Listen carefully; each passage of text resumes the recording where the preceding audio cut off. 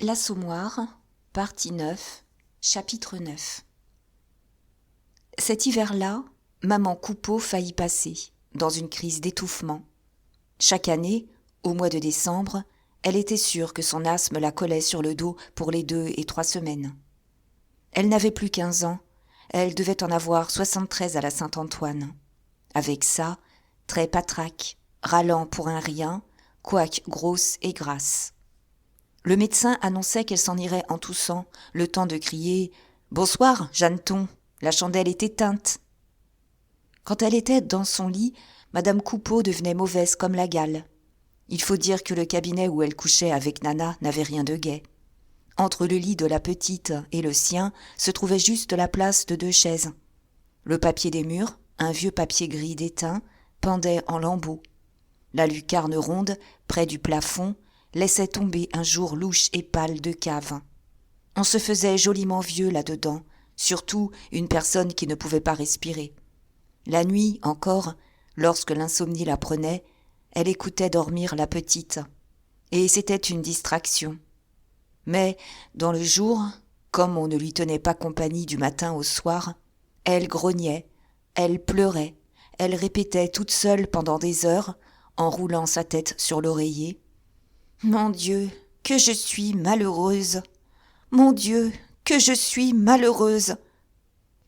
En prison, oui, c'est en prison qu'ils me feront mourir. » Et dès qu'une visite lui arrivait, Virginie ou Madame Boche, pour lui demander comment allait la santé, elle ne répondait pas. Elle entamait tout de suite le chapitre de ses plaintes. « Ah, il est cher, le pain que je mange ici. Non, je ne souffrirai pas autant chez des étrangers. Tenez, j'ai voulu une tasse de tisane. Eh bien, on m'en a apporté plein un pot à eau, une manière de me reprocher d'en trop boire. C'est comme Nana, cette enfant que j'ai élevée. Elle se sauve nu-pieds le matin, et je ne la revois plus. On croirait que je sens mauvais. Pourtant, la nuit, elle dort joliment. Elle ne se réveillerait pas une seule fois pour me demander si je souffre. Enfin, je les embarrasse. Ils attendent que je crève. Oh, ce sera bientôt fait. Je n'ai plus de fils. Cette coquine de blanchisseuse me l'a pris. Elle me battrait, elle m'achèverait si elle n'avait pas peur de la justice. Gervaise, en effet, se montrait un peu rude par moments.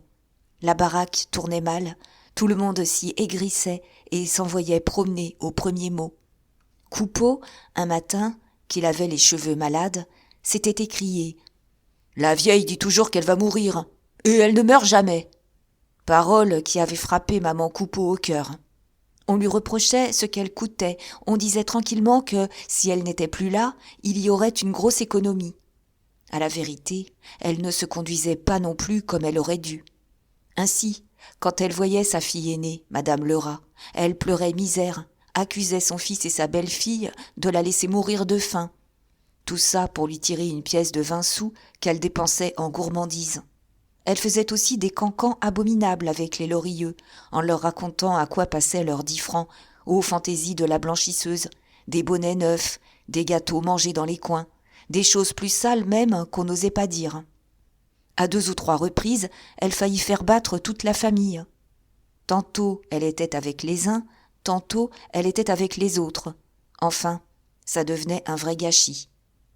Au plus fort de sa crise, cet hiver-là, une après-midi que madame Lorilleux et madame Lerat s'étaient rencontrées devant son lit, maman Coupeau cligna les yeux pour leur dire de se pencher. Elle pouvait à peine parler. Elle souffla à voix basse. « C'est du propre. Je les ai entendus cette nuit. Oui, oui, la Bamban et le Chapelier. Et ils menaient un train. Coupeau est joli.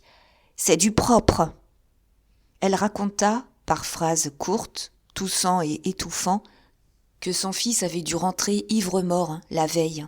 Alors, comme elle ne dormait pas, elle s'était très bien rendue compte de tous les bruits, les pieds nus de la Bamban trottant sur le carreau, la voix sifflante du Chapelier qui l'appelait, la porte de communication poussée doucement, et le reste. Ça devait avoir duré jusqu'au jour. Elle ne savait pas l'heure au juste, parce que, malgré ses efforts, elle avait fini par s'assoupir. Ce qu'il y a de plus dégoûtant, c'est que Nana aurait pu entendre, continua-t-elle. Justement, elle a été agitée toute la nuit, elle qui d'habitude dort à poing fermé. Elle sautait, elle se retournait, comme s'il y avait eu de la braise dans son lit. Les deux femmes ne parurent pas surprises. « Pardi, murmura madame Lorilleux, ça doit avoir commencé le premier jour. Du moment où ça plaît à Coupeau, nous n'avons pas à nous en mêler. N'importe, ce n'est guère honorable pour la famille. » Moi, si j'étais là, expliqua madame Lerat en pinçant les lèvres, je lui ferais une peur. Je lui crierais quelque chose, n'importe quoi. Je te vois, ou bien, v'là les gendarmes. La domestique d'un médecin m'a dit que son maître lui avait dit que ça pouvait tuer raide une femme dans un certain moment. Et si elle restait sur la place, n'est-ce pas? Ce serait bien fait. Elle se trouverait punie par où elle aurait péché. Tout le quartier sut bientôt que, chaque nuit, Gervaise allait retrouver Lantier. Madame Lorilleux, devant les voisines, avait une indignation bruyante. Elle plaignait son frère, ce Jean-Jean que sa femme peignait en jaune de la tête aux pieds. Et, à l'entendre, si elle entrait encore dans un pareil bazar, c'était uniquement pour sa pauvre mère, qui se trouvait forcée de vivre au milieu de ces abominations. Alors, le quartier tomba sur Gervaise. Ça devait être elle qui avait débauché le chapelier. On voyait ça dans ses yeux. Oui, malgré les vilains bruits, ce sacré sournois de Lantier restait gobé, parce qu'il continuait ses airs d'homme comme il faut avec tout le monde, marchant sur les trottoirs en lisant le journal, prévenant et galant auprès des dames, ayant toujours à donner des pastilles et des fleurs. Mon Dieu, lui faisait son métier de coq. Un homme est un homme. On ne peut pas lui demander de résister aux femmes qui se jettent à son cou. Mais elle n'avait pas d'excuse. Elle déshonorait la rue de la Goutte d'Or. Et les Lorilleux, comme parrain et marraine, attiraient Nana chez eux pour avoir des détails. Quand ils la questionnaient d'une façon détournée, la petite prenait son air bêta, répondait en éteignant la flamme de ses yeux sous ses longues paupières molles. Au milieu de cette indignation publique, Gervaise vivait tranquille, lasse et un peu endormie.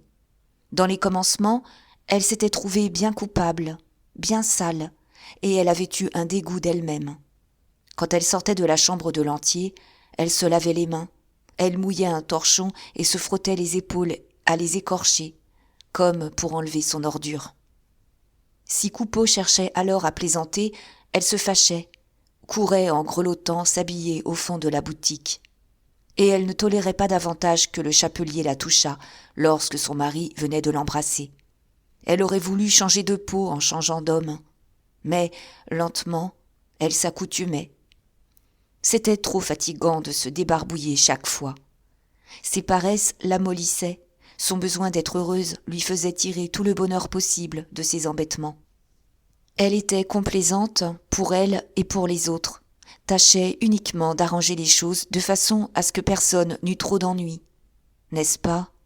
Pourvu que son mari et son amant fussent contents, que la maison marchât son petit train-train régulier, qu'on rigolât du matin au soir, tout gras, tout satisfait de la vie, et cela coulant douce, il n'y avait vraiment pas de quoi se plaindre.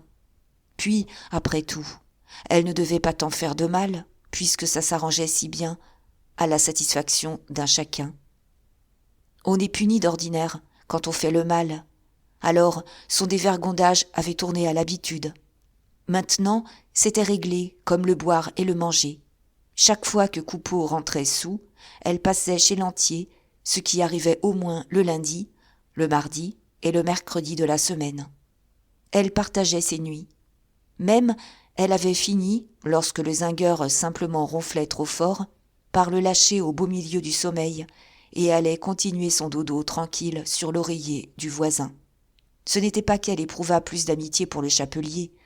Non, elle le trouvait seulement plus propre, elle se reposait mieux dans sa chambre, où elle croyait prendre un bain. Enfin, elle ressemblait aux chattes qui aiment à se coucher en rond sur le linge blanc. Madame Coupeau n'osa jamais parler de ça nettement, mais après une dispute, quand la blanchisseuse l'avait secouée, la vieille ne ménageait pas les allusions. Elle disait connaître des hommes joliment bêtes et des femmes joliment coquines, et elle mâchait d'autres mots plus vifs, avec la verdeur de parole d'une ancienne giletière. Les premières fois, Gervaise l'avait regardée fixement, sans répondre. Puis, tout en évitant, elle aussi, de préciser, elle se défendit par des raisons dites en général. Quand une femme avait pour homme un soulard, un saligaud qui vivait dans la pourriture, cette femme était bien excusable de chercher de la propreté ailleurs. Elle allait plus loin. Elle laissait entendre que Lantier était son mari autant que Coupeau, peut-être même davantage. Est-ce qu'elle ne l'avait pas connu à 14 ans ?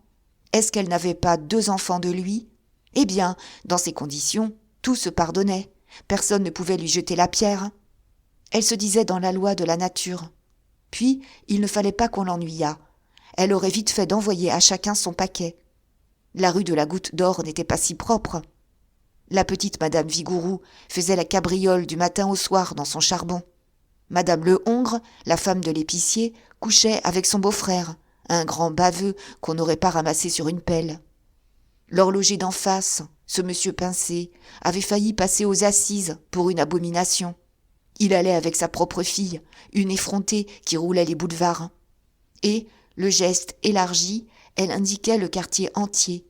Elle en avait pour 1 heure, rien qu'à étaler le linge sale de tout ce peuple. Les gens couchés comme des bêtes, en tas, pères, mères, enfants, se roulant dans leur ordure. Ah, elle en savait, la cochonnerie pissait de partout, ça empoisonnait les maisons d'alentour. Oui, oui, quelque chose de propre que l'homme et la femme dans ce coin de Paris où l'on est les uns sur les autres à cause de la misère. On aurait mis les 2 sexes dans un mortier qu'on en aurait tiré pour toute marchandise de quoi fumer les cerisiers de la plaine Saint-Denis. Il ferait mieux de ne pas cracher en l'air, ça leur retombe sur le nez, criait-elle quand on la poussait à bout. Chacun dans son trou, n'est-ce pas ? Qu'ils laissent vivre les braves gens à leur façon, s'ils veulent vivre à la leur. Moi, je trouve que tout est bien, mais à la condition de ne pas être traîné dans le ruisseau par des gens qui s'y promènent, la tête la première. Et maman Coupeau, s'étant un jour montrée plus claire, elle lui avait dit, les dents serrées. « Vous êtes dans votre lit, vous profitez de ça. Écoutez, vous avez tort, vous voyez bien que je suis gentille, car jamais je ne vous ai jeté à la figure votre vie, à vous. Oh, je sais, une jolie vie, des 2 ou 3 hommes, du vivant du père Coupeau. Non, ne toussez pas, j'ai fini de causer. C'est seulement pour vous demander de me ficher la paix, voilà tout. » La vieille femme avait failli étouffer. Le lendemain, Goujet étant venu réclamer le linge de sa mère pendant une absence de Gervaise, maman Coupeau l'appela et le garda longtemps assis devant son lit. Elle connaissait bien l'amitié du forgeron. Elle le voyait sombre et malheureux depuis quelque temps, avec le soupçon des vilaines choses qui se passaient. Et, pour bavarder, pour se venger de la dispute de la veille, elle lui apprit la vérité crûment, en pleurant, en se plaignant, comme si la mauvaise conduite de Gervaise lui faisait surtout du tort. Lorsque Goujet sortit du cabinet, il s'appuyait au mur, suffocant de chagrin. Puis, au retour de la blanchisseuse, maman Coupeau lui cria qu'on la demandait tout de suite chez madame Goujet, avec le linge repassé ou non. Et elle était si animée que Gervaise flaira les cancans, devina la triste scène et le crève-cœur dont elle se trouvait menacée. Très pâle, les membres cassés à l'avance, elle mit le linge dans le panier. Elle partit. Depuis des années, elle n'avait pas rendu 1 sou au Goujet. La dette montait toujours à 425 francs. Chaque fois, elle prenait l'argent du blanchissage, en parlant de sa gêne. C'était une grande honte pour elle, parce qu'elle avait l'air de profiter de l'amitié du forgeron pour le jobarder. Coupeau, moins scrupuleux, maintenant, ricanait, disait qu'il avait bien dû lui pincer la taille dans les coins, et qu'alors il était payé. Mais elle, malgré le commerce où elle était tombée avec Lantier, se révoltait, demandait à son mari s'il voulait déjà manger de ce pain-là. Il ne fallait pas mal parler de Goujet devant elle. Sa tendresse pour le forgeron lui restait comme un coin de son honneur. Aussi, toutes les fois qu'elle reportait le linge chez ces braves gens, se trouvait-elle prise d'un serrement au cœur, dès la première marche de l'escalier. « Ah, c'est vous enfin !» lui dit sèchement madame Goujet, en lui ouvrant la porte. « Quand j'aurai besoin de la mort, je vous l'enverrai chercher. Gervaise entra, embarrassée, sans oser même balbutier une excuse. Elle n'était plus exacte, ne venait jamais à l'heure, se faisait attendre des 8 jours. Peu à peu, elle s'abandonnait à un grand désordre. « Voilà une semaine que je compte sur vous, » continua la dentelière. « Et vous mentez avec ça, vous m'envoyez votre apprenti me raconter des histoires. On est après mon linge, on va me le livrer le soir même, ou bien c'est un accident, le paquet qui est tombé dans un seau. Moi, pendant ce temps-là, je perds ma journée, je ne vois rien arriver et je me tourmente l'esprit. Non, vous n'êtes pas raisonnable. Voyons, qu'est-ce que vous avez dans ce panier? Est-ce tout, au moins? M'apportez-vous la paire de draps que vous me gardez depuis 1 mois et la chemise qui est restée en arrière, au dernier blanchissage? Oui, oui, murmura Gervaise, la chemise y est, la voici. Mais madame Goujet se récria. Cette chemise n'était pas à elle, elle n'en voulait pas. On lui changeait son linge, c'était le comble. Déjà, l'autre semaine, elle avait eu 2 mouchoirs qui ne portaient pas sa marque.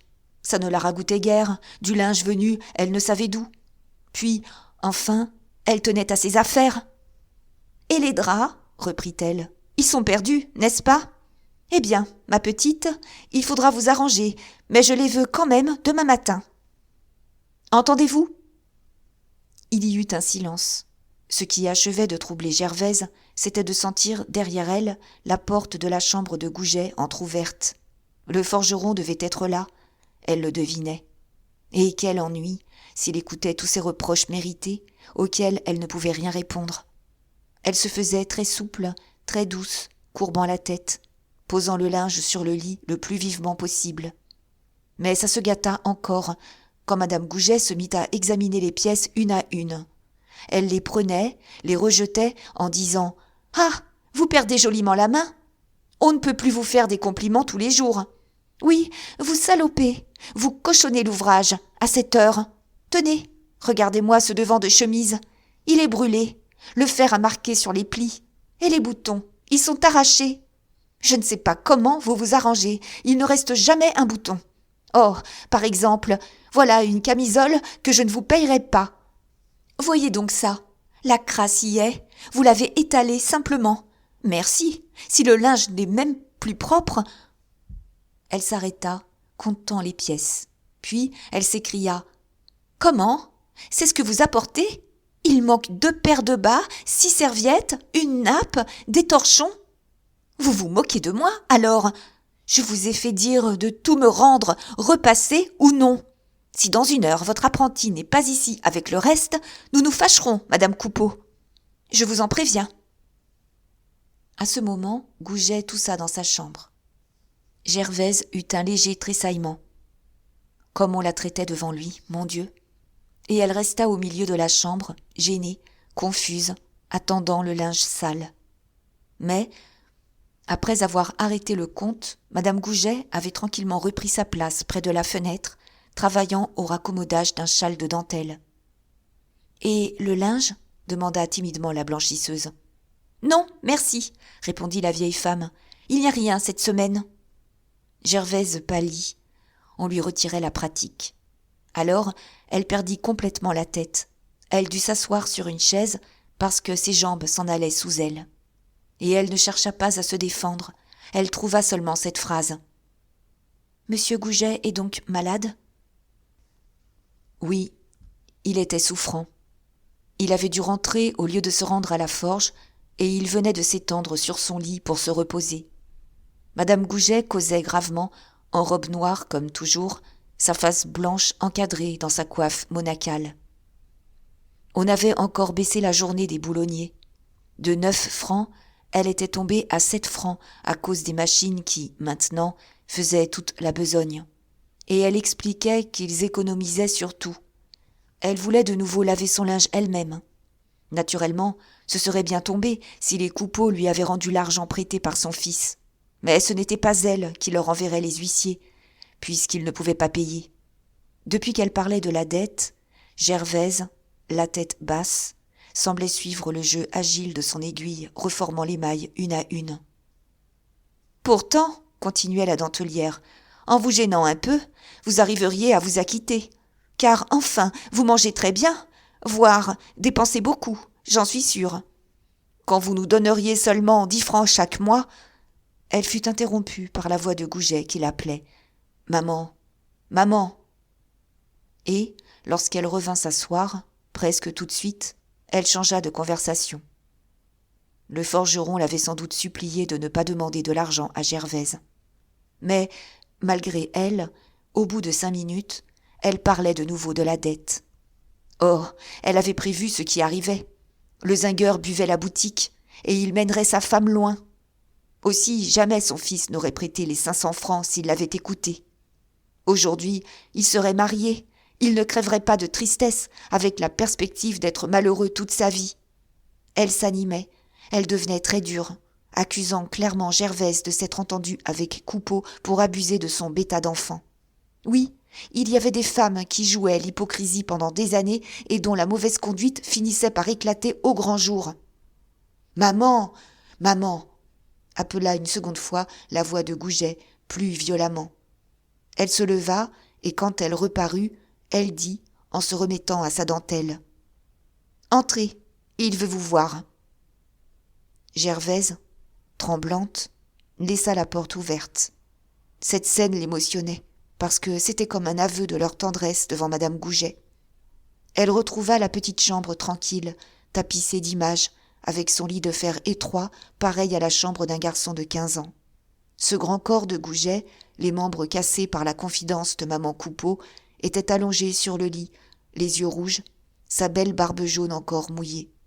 Il devait avoir défoncé son oreiller de ses poings terribles, dans le premier moment de rage, car la toile fendue laissait couler la plume. « Écoutez, maman a tort, » dit-il à la blanchisseuse d'une voix presque basse. « Vous ne me devez rien. Je ne veux pas qu'on parle de ça. » Il s'était soulevé, il la regardait. De grosses larmes aussitôt remontèrent à ses yeux. « Vous souffrez, monsieur Goujet ?» murmura-t-elle. « Qu'est-ce que vous avez ? Je vous en prie. »« Rien, merci. Je me suis trop fatiguée hier. Je vais dormir un peu. » Puis, son cœur se brisa, il ne put retenir ce cri. « Ah, mon Dieu, mon Dieu ! Jamais ça ne devait être, jamais. Vous aviez juré. Et ça est, maintenant, ça est. Ah, mon Dieu, ça me fait trop de mal. Allez-vous-en. » Et, de la main, il la renvoyait, avec une douceur suppliante. Elle n'approcha pas du lit, elle s'en alla, comme il le demandait, stupide, n'ayant rien à lui dire pour le soulager. Dans la pièce d'à côté, elle reprit son panier. Et elle ne sortait toujours pas, elle aurait voulu trouver un mot. Madame Goujet continuait son raccommodage, sans lever la tête. Ce fut elle qui dit enfin. « Eh bien, bonsoir, renvoyez-moi mon linge, nous compterons plus tard. »« Oui, c'est ça, bonsoir, » balbutia Gervaise. Elle referma la porte lentement, avec un dernier coup d'œil dans ce ménage propre, rangé, où il lui semblait laisser quelque chose de son honnêteté. Elle revint à la boutique de l'air bête des vaches qui rentrent chez elle, sans s'inquiéter du chemin. Maman Coupeau, sur une chaise, près de la mécanique, quittait son lit pour la première fois. Mais la blanchisseuse ne lui fit pas même un reproche. Elle était trop fatiguée, les os malades, comme si on l'avait battue. Elle pensait que la vie était trop dure à la fin, et qu'à moins de crever tout de suite, on ne pouvait pourtant pas s'arracher le cœur soi-même. Maintenant, Gervaise se moquait de tout. Elle avait un geste vague de la main pour envoyer coucher le monde. À chaque nouvel ennui, elle s'enfonçait dans le seul plaisir de faire ses 3 repas par jour. La boutique aurait pu crouler, pourvu qu'elle ne fût pas dessous. Elle s'en serait allée volontiers, sans une chemise. Et la boutique croulait, pas tout d'un coup, mais un peu, matin et soir. Une à une, les pratiques se fâchaient et portaient leur linge ailleurs. Monsieur Madinier, mademoiselle Remanjou, les Boches eux-mêmes, étaient retournés chez madame Fauconnier, où ils trouvaient plus d'exactitude. On finit par se lasser de réclamer une paire de bas pendant 3 semaines et de remettre des chemises avec les taches de graisse de l'autre dimanche. Gervaise, sans perdre un coup de dent, leur criait « Bon voyage !» les arrangeait d'une propre manière, en se disant joliment contente de ne plus avoir à fouiller dans leur infection. Ah bien, tout le quartier pouvait la lâcher, ça la débarrasserait d'un beau tas d'ordures. Puis, ce serait toujours de l'ouvrage de moins. En attendant, elle gardait seulement les mauvaises payes, les rouleuses, les femmes comme madame Gaudron, dont pas une blanchisseuse de la rue Neuve ne voulait laver le linge, tant il puait.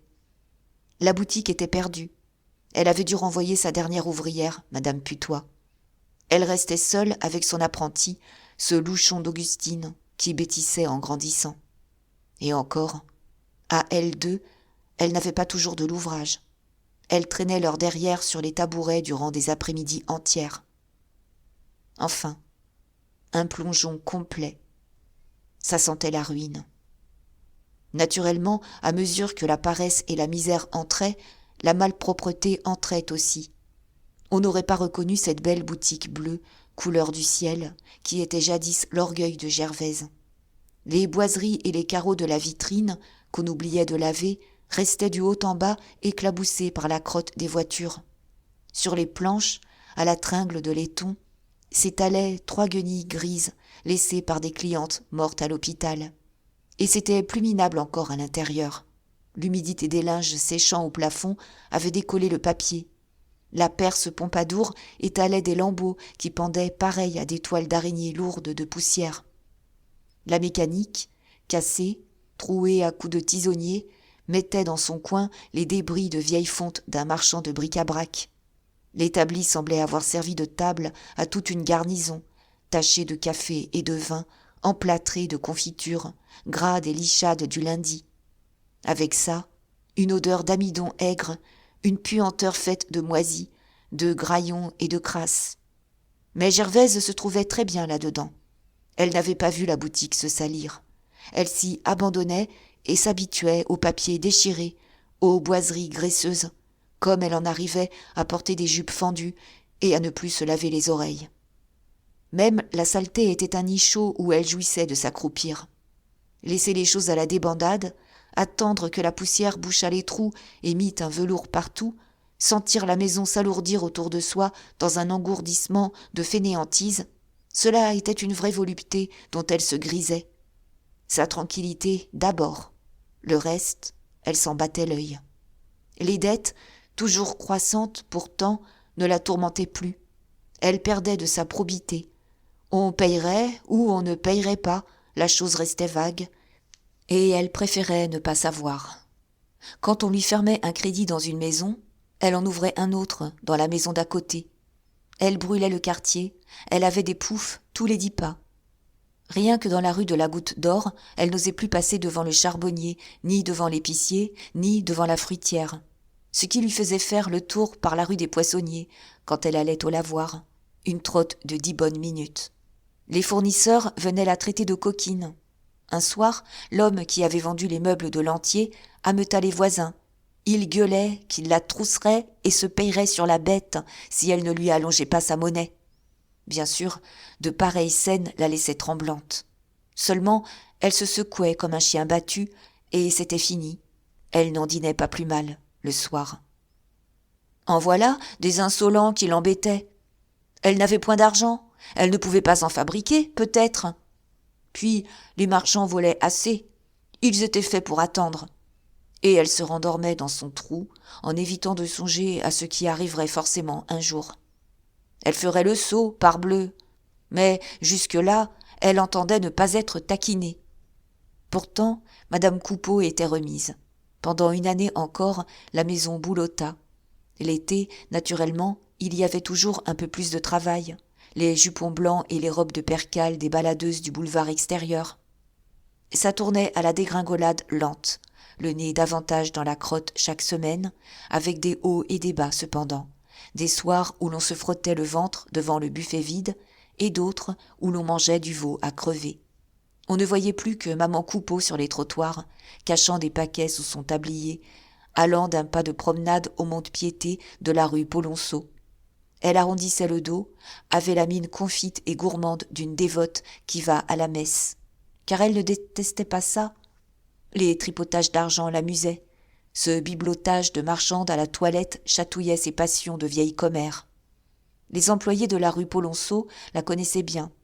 Ils l'appelaient la mère 4 francs, parce qu'elle demandait toujours 4 francs quand il lui en offrait 3 sur ses paquets gros comme 2 sous de beurre. Gervaise aurait bazardé la maison.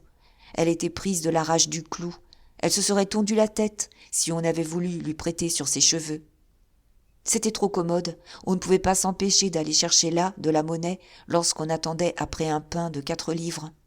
Tout le Saint-Frusquin y passait, le linge, les habits, jusqu'aux outils et aux meubles. Dans les commencements, elle profitait des bonnes semaines pour dégager, quitte à rengager la semaine suivante. Puis, elle se moqua de ses affaires, les laissa perdre, vendit les reconnaissances. Une seule chose lui fendit le cœur, ce fut de mettre sa pendule en plan pour payer un billet de 20 francs à un huissier qui venait la saisir. Jusque-là, elle avait juré de mourir plutôt de faim que de toucher à sa pendule. Quand maman Coupeau l'emporta, dans une petite caisse à chapeau, elle tomba sur une chaise, les bras mous, les yeux mouillés, comme si on lui enlevait sa fortune. Mais lorsque madame Coupeau reparut avec 25 francs, ce prêt inespéré, ces 5 francs de bénéfice la consolèrent. Elle renvoya tout de suite la vieille femme chercher 4 sous de gouttes dans un verre, à la seule fin de fêter la pièce de 100 sous. Souvent, maintenant, lorsqu'elles s'entendaient bien ensemble, elle lichait ainsi la goutte sur un coin de l'établi, un mêlé, moitié eau-de-vie et moitié cassis. Madame Coupeau avait un chic pour apporter le verre plein dans la poche de son tablier sans renverser une larme. Les voisins n'avaient pas besoin de savoir, n'est-ce pas? La vérité était que les voisins savaient parfaitement. La fruitière, la tripière, les garçons épiciers disaient « Tiens, la vieille va chez ma tante » ou bien « Tiens, la vieille rapporte son rikiki dans sa poche » et, comme de juste, ça montait encore le quartier contre Gervaise. Elle bouffait tout, elle aurait bientôt fait d'achever sa baraque. Oui, plus que 3 ou 4 bouchées. La place serait nette comme torchette. Au milieu de ce démolissement général, Coupeau prospérait. Ce sacré soifard se portait comme un charme. Le Pichenet et le Vitriol l'engraissaient positivement. Il mangeait beaucoup, se fichait de cet efflanqué de Lorilleux qui accusait la boisson de tuer les gens, lui répondait en se tapant sur le ventre, la peau tendue par la graisse, pareille à la peau d'un tambour. Il lui exécutait là-dessus une musique, les vêpres de la gueule, des roulements et des battements de grosses caisses à faire la fortune d'un arracheur de dents. Mais Lorilleux, vexé de ne pas avoir de ventre, disait que c'était de la graisse jaune, de la mauvaise graisse. N'importe, Coupeau se saoulait davantage, pour sa santé. Ses cheveux poivre et sel, en coup de vent, flambaient comme un brûlot. Sa face d'ivrogne, avec sa mâchoire de singe, se culottait, prenait des tons de vin bleu. Et il restait un enfant de la gaieté. Il bousculait sa femme quand elle s'avisait de lui conter ses embarras. Est-ce que les hommes sont faits pour descendre dans ces embêtements? La Cambus pouvait manquer de pain, ça ne le regardait pas. Il lui fallait sa pâtée matin et soir, et il ne s'inquiétait jamais d'où elle lui tombait. Lorsqu'il passait des semaines sans travailler, il devenait plus exigeant encore. D'ailleurs, il allongeait toujours des claques amicales sur les épaules de Lantier. Bien sûr, il ignorait l'inconduite de sa femme. Du moins, des personnes, les boches, les poissons, juraient leur grand Dieu qu'ils ne se doutaient de rien, et que ce serait un grand malheur s'il apprenait jamais la chose. Mais madame Lerat, sa propre sœur, hochait la tête, racontait qu'elle connaissait des maris auxquels ça ne déplaisait pas. Une nuit, Gervaise elle-même, qui revenait de la chambre du chapelier, était restée toute froide en recevant, dans l'obscurité, une tape sur le derrière. Puis, elle avait fini par se rassurer. Elle croyait s'être cognée contre le bateau du lit. Vrai, la situation était trop terrible. Son mari ne pouvait pas s'amuser à lui faire des blagues. Lantier, lui non plus, ne dépérissait pas.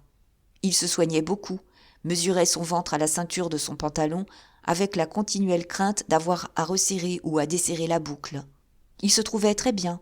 Il ne voulait ni grossir ni mincir, par coquetterie.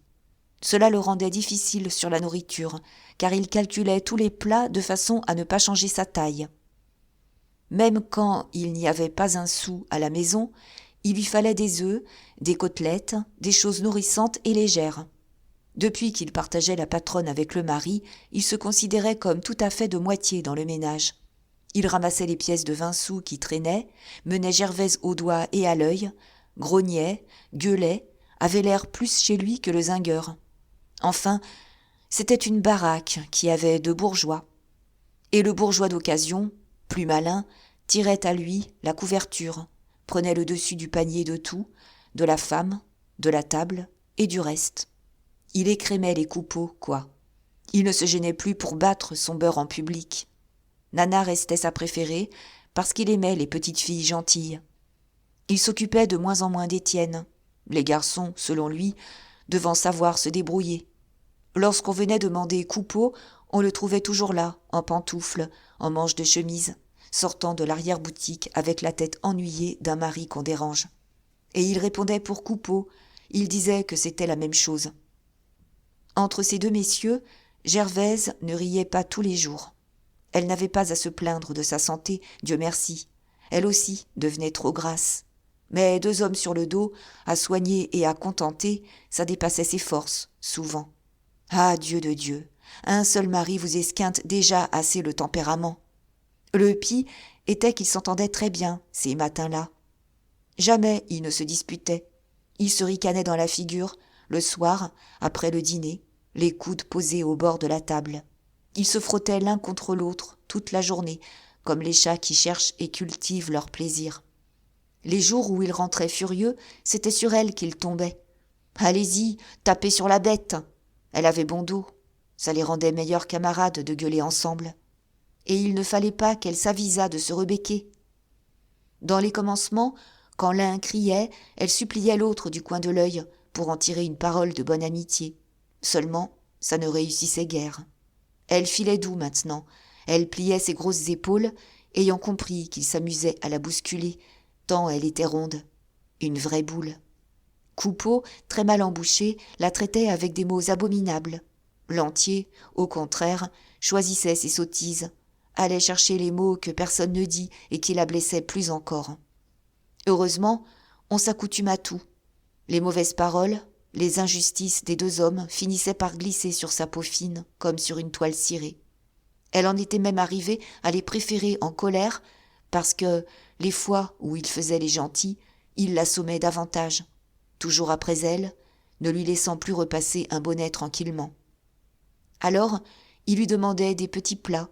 Elle devait saler et ne pas saler, dire blanc et dire noir, les dorloter, les coucher l'un après l'autre dans du coton. Au bout de la semaine, elle avait la tête et les membres cassés. Elle restait hébétée, avec des yeux de folle. Ça use une femme, un métier pareil.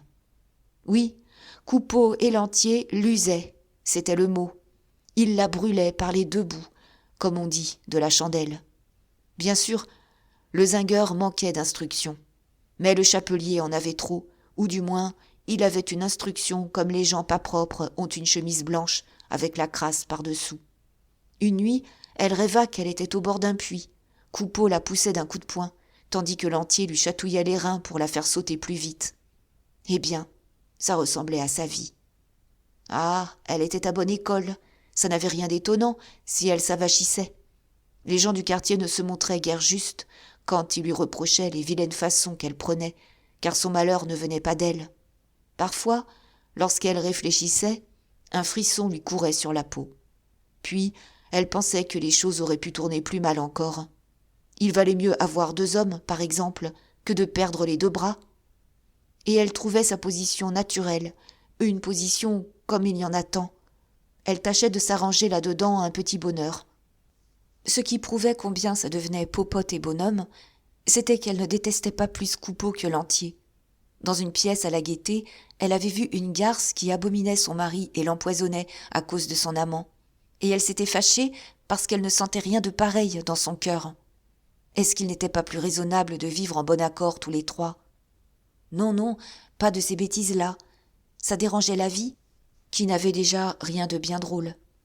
Enfin, malgré les dettes, malgré la misère qui les menaçait, elle se serait déclarée très tranquille, très contente, si le zingueur et le chapelier l'avaient moins échinée et moins engueulée. Vers l'automne, malheureusement, le ménage se gâta encore. Lantier prétendait maigrir, faisait un nez qui s'allongeait chaque jour. Il renaudait à propos de tout, renâclait sur les potées de pommes de terre, une ratatouille dont il ne pouvait pas manger, disait-il, sans avoir des coliques. Les moindres bisbilles, maintenant, finissaient par des attrapages, où l'on se jetait la débine de la maison à la tête. Et c'était le diable pour se rabibocher avant d'aller pioncer chacun dans son dodo. Quand il n'y a plus de son, les ânes se battent, n'est-ce pas? Lantier flairait la panne. Ça l'exaspérait de sentir la maison déjà mangée, si bien nettoyée, qu'il voyait le jour où il y faudrait prendre son chapeau et chercher ailleurs la niche et la pâtée. Il était bien accoutumé à son trou, ayant pris là ses petites habitudes, dorloté par tout le monde. Un vrai pays de cocagne, dont il ne remplacerait jamais les douceurs d'âme. On ne peut pas s'être empli jusqu'aux oreilles et avoir encore les morceaux sur son assiette. Il se mettait en colère contre son ventre, après tout, puisque la maison, à cette heure, était dans son ventre. Mais il ne raisonnait point ainsi. Il gardait aux autres une fière rancune de s'être laissé rafaler en 2 ans. Vrai, les Coupeau n'étaient guère rablés. Alors, il cria que Gervaise manquait d'économie. Tonnerre de Dieu, qu'est-ce qu'on allait devenir? Juste les amis le lâchaient lorsqu'il était sur le point de conclure une affaire superbe, 6 000 francs d'appointement dans une fabrique, de quoi mettre toute la petite famille dans le luxe. En décembre, un soir, on dîna par cœur. Il n'y avait plus un radis. Lantier, très sombre, sortait de bonne heure, battait le pavé pour trouver une autre cambuse, où l'odeur de la cuisine dérida les visages. Il restait des heures à réfléchir, près de la mécanique. Puis, tout d'un coup, il montra une grande amitié pour les poissons. Il ne blaguait plus le sergent de ville en l'appelant badingue, allait jusqu'à lui concéder que l'empereur était un bon garçon, peut-être. Il paraissait surtout estimer Virginie, une femme de tête, disait-il, et qui saurait joliment mener sa barque. C'était visible. Il les pelottait. Même on pouvait croire qu'il voulait prendre pension chez eux. Mais il avait une caboche à double fond, beaucoup plus compliquée que ça. Virginie, lui ayant dit son désir de s'établir marchande de quelque chose, il se roulait devant elle, il déclarait ce projet-là très fort. Oui, elle devait être bâtie pour le commerce, grande, avenante, active. Oh, elle gagnerait ce qu'elle voudrait, puisque l'argent était prêt depuis longtemps, l'héritage d'une tante. Elle avait joliment raison de lâcher les 4 robes qu'elle bâclait par saison pour se lancer dans les affaires. Et il citait des gens en train de réaliser des fortunes, la fruitière du coin de la rue, une petite marchande de faïence du boulevard extérieur. Car le moment était superbe, on aurait vendu les balayures des comptoirs. Cependant, Virginie hésitait. Elle cherchait une boutique à louer, elle désirait ne pas quitter le quartier. Alors, Lantier l'emmena dans les coins, causa tout bas avec elle pendant des 10 minutes. Il semblait lui pousser quelque chose de force, et elle ne disait plus non. Elle avait l'air de l'autoriser à agir. C'était comme un secret entre eux, avec des clignements d'yeux, des mots rapides, une sourde machination qui se trahissait jusque dans leurs poignées de main. Dès ce moment, le chapelier, en mangeant son pain sec, guetta les Coupeau de son regard en dessous, redevenu très parleur, les étourdissant de ses jérémiades continues.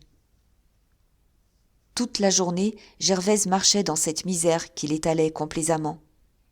Il ne parlait pas pour lui, grand Dieu. Il crèverait la faim avec les amis tant qu'on voudrait. Seulement, la prudence exigeait qu'on se rendît compte au juste de la situation. On devait pour le moins 500 francs dans le quartier, au boulanger, au charbonnier, à l'épicier et aux autres. De plus, on se trouvait en retard de 2 termes, soit encore 250 francs. Le propriétaire, M. Marescot, parlait même de les expulser s'ils ne le payaient pas avant le 1er janvier. Enfin, le mont-de-piété avait tout pris. On n'aurait pas pu y porter pour 3 francs de bibelot, tellement le lavage du logement était sérieux. Les clous restaient au mur, pas davantage, et il y en avait bien 2 livres de 3 sous. Gervaise, empêtrée là-dedans, les bras cassés par cette addition, se fâchait, donnait des coups de poing sur la table, ou bien finissait par pleurer comme une bête. Un soir, Elle cria « Je file demain, moi. J'aime mieux mettre la clé sous la porte et coucher sur le trottoir que de continuer à vivre dans des transes pareilles. » Il serait plus sage, dit sournoisement Lantier, de céder le bail si l'on trouvait quelqu'un. Lorsque vous serez décidés tous les deux à lâcher la boutique. Elle l'interrompit avec plus de violence. Mais tout de suite, ah, je serai joliment débarrassée. Alors le chapelier se montra très pratique. En cédant le bail, on obtiendrait sans doute du nouveau locataire les 2 termes en retard. Et il se risqua à parler des poissons. Il rappela que Virginie cherchait un magasin. La boutique lui conviendrait peut-être. Il se souvenait à présent de lui en avoir entendu souhaiter une toute semblable. Mais la blanchisseuse, au nom de Virginie, avait subitement repris son calme. On verrait. On parlait toujours de planter là son chez-soi dans la colère.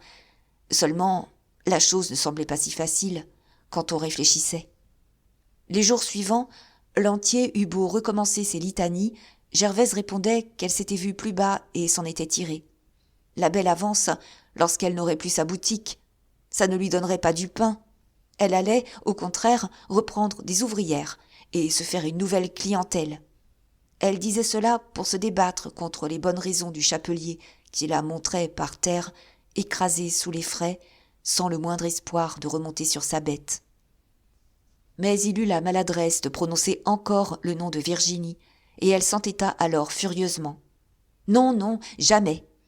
Elle avait toujours douté du cœur de Virginie. Si Virginie ambitionnait la boutique, c'était pour l'humilier. Elle l'aurait cédé peut-être à la première femme dans la rue, mais pas à cette grande hypocrite qui attendait certainement depuis des années de lui voir faire le saut. Oh, ça expliquait tout. Elle comprenait, à présent, pourquoi des étincelles jaunes s'allumaient dans les yeux de chat de cette Margot. Oui, Virginie gardait sur la conscience la fessée du lavoir. Elle mijotait sa rancune dans la cendre. Eh bien, elle agirait prudemment en mettant sa fessée sous verre, si elle ne voulait pas en recevoir une seconde. Et ça ne serait pas long, elle pouvait apprêter son pétard. Lantier, devant ce débordement de mauvaises paroles, remoucha d'abord Gervaise. Il l'appela tête de pioche, boîte à ragots, madame Petsec, et s'emballa au point de traiter Coupeau lui-même de petzouille, en l'accusant de ne pas savoir faire respecter un ami par sa femme. Puis, comprenant que la colère allait tout compromettre, il jura qu'il ne s'occuperait jamais plus des histoires des autres, car on en est trop mal récompensé. Et il parut, en effet, ne pas pousser davantage à la cession du bail, guettant une occasion pour reparler de l'affaire et décider la blanchisseuse. Janvier était arrivé, un sale temps, humide et froid. Madame Coupeau, qui avait toussé et étouffé tout décembre, dut se coller dans le lit, après les rois. C'était sa rente. Chaque hiver, elle attendait ça. Mais cet hiver, autour d'elle, on disait qu'elle ne sortirait plus de sa chambre que les pieds en avant. Et elle avait, à la vérité, un fichu râle qui sonnait joliment le sapin, grosse et grasse pourtant, avec un œil déjà mort et la moitié de la figure tordue. Bien sûr, ses enfants ne l'auraient pas achevée, seulement elle traînait depuis si longtemps, elle était si encombrante qu'on souhaitait sa mort, au fond, comme une délivrance pour tout le monde. Elle-même serait beaucoup plus heureuse, car elle avait fait son temps, n'est-ce pas ? Et quand on a fait son temps, on n'a rien à regretter. Le médecin, appelé une fois, n'était même pas revenu. On lui donnait de la tisane, histoire de ne pas l'abandonner complètement. Toutes les heures, on entrait voir si elle vivait encore. Elle ne parlait plus, tant elle suffoquait. Mais, de son œil resté bon, vivant et clair, elle regardait fixement les personnes. Et il y avait bien des choses dans cet œil-là, des regrets du bel âge, des tristesses à voir les siens si pressés de se débarrasser d'elle, des colères contre cette vicieuse de Nana qui ne se gênait plus, la nuit, pour aller guetter en chemise par la porte vitrée. Un lundi soir, Coupeau rentra paf. Depuis que sa mère était en danger, il vivait dans un attendrissement continu. Quand il fut couché, ronflant à poings fermés, Gervaise tourna encore un instant. Elle veillait maman Coupeau une partie de la nuit. D'ailleurs, Nana se montrait très brave, couchait toujours auprès de la vieille, en disant que si elle l'entendait mourir, elle avertirait bien tout le monde. Cette nuit-là, comme la petite dormait, et que la malade semblait sommeiller paisiblement, la blanchisseuse finit par céder à Lantier, qui l'appelait de sa chambre, où il lui conseillait de venir se reposer un peu. Ils gardèrent seulement une bougie allumée, posée à terre, derrière l'armoire. Mais, vers 3 heures, Gervaise sauta brusquement du lit, grelottante, prise d'une angoisse. Elle avait cru sentir un souffle froid lui passer sur le corps. Le bout de bougie était brûlé. Elle renouait ses jupons dans l'obscurité, étourdie, les mains fiévreuses. Ce fut seulement dans le cabinet, après s'être cognée au meuble, qu'elle put allumer une petite lampe. Au milieu du silence écrasé des ténèbres, les ronflements du zingueur mettaient seuls 2 notes graves. Nana, étalée sur le dos, avait un petit souffle entre ses lèvres gonflées. Et Gervaise, ayant baissé la lampe qui faisait danser de grandes ombres, éclaira le visage de maman Coupeau, la vit toute blanche, la tête roulée sur l'épaule, avec les yeux ouverts. Maman Coupeau était morte. Doucement, sans pousser un cri, glacée et prudente, la blanchisseuse revint dans la chambre de Lantier. Il s'était rendormi. Elle se pencha en murmurant « Dis donc, c'est fini. Elle est morte. » Tout appesanti de sommeil, mal éveillé, il grogna d'abord. « Fiche-moi la paix, couche-toi. Nous ne pouvons rien lui faire si elle est morte. » Puis il se leva sur un coude, demandant « Quelle heure est-il » ? 3 heures. 3 heures seulement ? Couche-toi donc. Tu vas prendre du mal. Lorsqu'il fera jour, on verra. Mais elle ne l'écoutait pas, elle s'habillait complètement. Lui, alors, se recolla sous la couverture, le nez contre la muraille, en parlant de la sacrée tête des femmes. Est-ce que c'était pressé d'annoncer au monde qu'il y avait un mort dans le logement ? Ça manquait de gaieté au milieu de la nuit. Et il était exaspéré de voir son sommeil gâté par des idées noires. Cependant, quand elle eut reporté dans sa chambre ses affaires, jusqu'à ses épingles à cheveux, elle s'assit chez elle, sanglotant à son aise, ne craignant plus d'être surprise avec le chapelier. Au fond, elle aimait bien maman Coupeau, elle éprouvait un gros chagrin, après n'avoir ressenti, dans le premier moment, que de la peur et de l'ennui, en lui voyant choisir si mal son heure pour s'en aller. Et elle pleurait toute seule, très fort dans le silence, sans que le zingueur cessât de ronfler. Il n'entendait rien. Elle l'avait appelé et secoué, puis elle s'était décidée à le laisser tranquille, en réfléchissant que ce serait un nouvel embarras s'il se réveillait. Comme elle retournait auprès du corps, elle trouva Nana sur son séant qui se frottait les yeux. La petite comprit, allongea le menton pour mieux voir sa grand-mère, avec sa curiosité de gamine vicieuse. Elle ne disait rien, elle était un peu tremblante, étonnée et satisfaite en face de cette mort qu'elle se promettait depuis 2 jours, comme une vilaine chose cachée et défendue aux enfants. Et, devant ce masque blanc, aminci au dernier hoquet par la passion de la vie, ses prunelles de jeune chatte s'agrandissaient. Elle avait cet engourdissement de l'échine dont elle était clouée derrière les vitres de la porte quand elle allait moucharder là ce qui ne regarde pas les morveuses. « Allons, lève-toi, lui dit sa mère à voix basse. Je ne veux pas que tu restes. » Elle se laissa couler du lit à regret, tournant la tête, ne quittant pas la morte du regard. Gervaise était fort embarrassée d'elle, ne sachant où la mettre, en attendant le jour. Elle se décidait à la faire habiller lorsque Lantier, en pantalon et en pantoufles, vint la rejoindre. Il ne pouvait plus dormir. Il avait un peu honte de sa conduite. Alors, tout s'arrangea. « Qu'elle se couche dans mon lit, murmura-t-il. Elle aura de la place. » Nana leva sur sa mère et sur Lantier ses grands yeux clairs, en prenant son air bête, son air du jour de l'an, quand on lui donnait des pastilles de chocolat. Et on n'eut pas besoin de la pousser, bien sûr.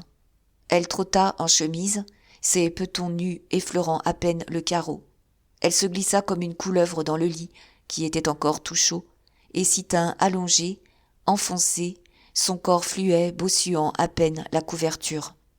Chaque fois que sa mère entra, elle la vit, les yeux luisants dans sa face muette, ne dormant pas, ne bougeant pas, très rouge et paraissant réfléchir à des affaires.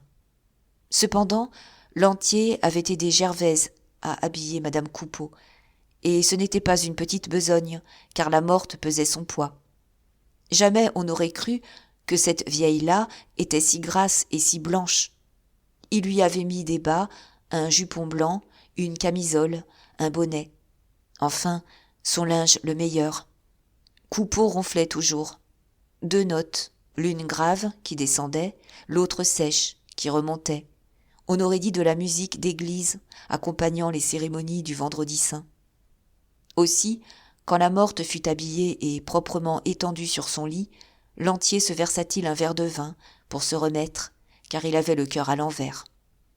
Gervaise fouillait dans la commode, cherchant un petit crucifix en cuivre apporté par elle de Plassans. Mais elle se rappela que maman Coupeau elle-même devait l'avoir vendu. Ils avaient allumé le poêle. Ils passèrent le reste de la nuit à moitié endormis sur des chaises, achevant le litre entamé, embêtés et se boudant, comme si c'était de leur faute. Vers 7 heures, avant le jour, Coupeau se réveilla enfin. Quand il apprit le malheur, il resta l'œil sec d'abord, bégayant, croyant vaguement qu'on lui faisait une farce. Puis il se jeta par terre, il alla tomber devant la morte. Et il l'embrassait, il pleurait comme un veau, avec de si grosses larmes qu'il mouillait le drap en s'essuyant les joues. Gervaise s'était remise à sangloter, très touchée de la douleur de son mari, raccommodée avec lui. Oui, il avait le fond meilleur qu'elle ne le croyait. Le désespoir de Coupeau se mêlait à un violent mal aux cheveux. Il se passait les doigts dans les crins. Il avait la bouche pâteuse des lendemains de culotte, encore un peu allumée malgré ses 10 heures de sommeil. Et il se plaignait, les poings serrés. Nom de Dieu, sa pauvre mère qu'il aimait tant, la voilà qui était partie. Ah, qu'il avait mal au crâne, ça l'achèverait. Une vraie perruque de braise sur sa tête, et son cœur avec ça qu'on lui arrachait maintenant. Non, le sort n'était pas juste de s'acharner ainsi après un homme. « Allons, du courage, mon vieux, » dit Lantier en le relevant. « Il faut se remettre. » Il lui versait un verre de vin, mais Coupeau refusa de boire. « Qu'est-ce que j'ai donc ? J'ai du cuivre dans le coco. C'est maman, c'est quand je l'ai vue. J'ai eu le goût du cuivre. Maman, mon Dieu, maman, maman !» Et il recommença à pleurer comme un enfant. Il but tout de même le verre de vin pour éteindre le feu qui lui brûlait la poitrine. Lantier fila bientôt sous le prétexte d'aller prévenir la famille et de passer à la mairie faire la déclaration. Il avait besoin de prendre l'air. Aussi ne se pressa-t-il pas, fumant des cigarettes, goûtant le froid vif de la matinée. En sortant de chez madame Lerat, il entra même dans une crèmerie des Batignolles, prendre une tasse de café bien chaud. Et il resta là une bonne heure à réfléchir. Cependant, dès 9 heures, la famille se trouva réunie dans la boutique, dont on laissait les volets fermés. Lorilleux ne pleura pas. D'ailleurs, il avait de l'ouvrage pressé. Il remonta presque tout de suite à son atelier, après s'être dandiné un instant avec une figure de circonstance. Madame Lorilleux et madame Lerat avaient embrassé les Coupeaux et se tamponnaient les yeux, où de petites larmes roulaient. Mais la première, quand elle eut jeté un coup d'œil rapide autour de la morte, haussa brusquement la voix pour dire que ça n'avait pas de bon sens, que jamais on ne laissait auprès d'un corps une lampe allumée. Il fallait de la chandelle, et l'on envoya Nana acheter un paquet de chandelles, des grandes. Ah bien, on pouvait mourir chez la Bamban, elle vous arrangerait d'une drôle de façon. Quelle cruche, ne pas savoir seulement se conduire avec un mort. Elle n'avait donc enterré personne dans sa vie ? Madame Lerat dut monter chez les voisines pour emprunter un crucifix. Elle en rapporta un trop grand, une croix de bois noir où était cloué un Christ de carton peint, qui barra toute la poitrine de maman Coupeau et dont le poids semblait l'écraser. Ensuite, on chercha de l'eau bénite, mais personne n'en avait. Ce fut Nana qui courut de nouveau jusqu'à l'église en prendre une bouteille. En un tour de main, le cabinet eut une autre tournure. Sur une petite table, une chandelle brûlait à côté d'un verre plein d'eau bénite, dans lequel trempait une branche de buis. Maintenant, si du monde venait, ce serait propre, au moins. Et l'on disposa les chaises en rond, dans la boutique, pour recevoir. Lantier rentra seulement à 11 heures. Il avait demandé des renseignements au bureau des pompes funèbres. « La bière est de 12 francs, dit-il. Si vous voulez avoir une messe, ce sera 10 francs de plus. Enfin, il y a le corbillard, qui se paie suivant les ornements. » « Oh, c'est bien inutile, » murmura madame Lorilleux en levant la tête d'un air surpris et inquiet. « On ne ferait pas revenir maman, n'est-ce pas ? Il faut aller selon sa bourse. »« Sans doute, c'est ce que je pense, » reprit le chapelier. « J'ai seulement pris les chiffres pour votre gouverne. Dites-moi ce que vous désirez. Après le déjeuner, j'irai commander. » On parlait à demi-voix dans le petit jour qui éclairait la pièce par les fentes des volets. La porte du cabinet restait grande ouverte, et de cette ouverture béante sortait le gros silence de la mort. Des rires d'enfants montaient dans la cour, une ronde de gamines tournait au pâle soleil d'hiver. Tout à coup, on entendit Nana, qui s'était échappée de chez les Boches, où on l'avait envoyée. Elle commandait de sa voix aiguë, et les talons battaient les pavés, tandis que ses paroles chantées s'envolaient avec un tapage d'oiseaux braillards.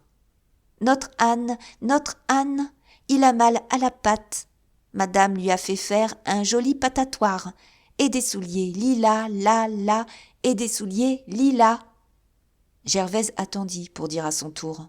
« Nous ne sommes pas riches, bien sûr, mais nous voulons encore nous conduire proprement. Si madame Coupeau ne nous a rien laissé, ce n'est pas une raison pour la jeter dans la terre comme un chien.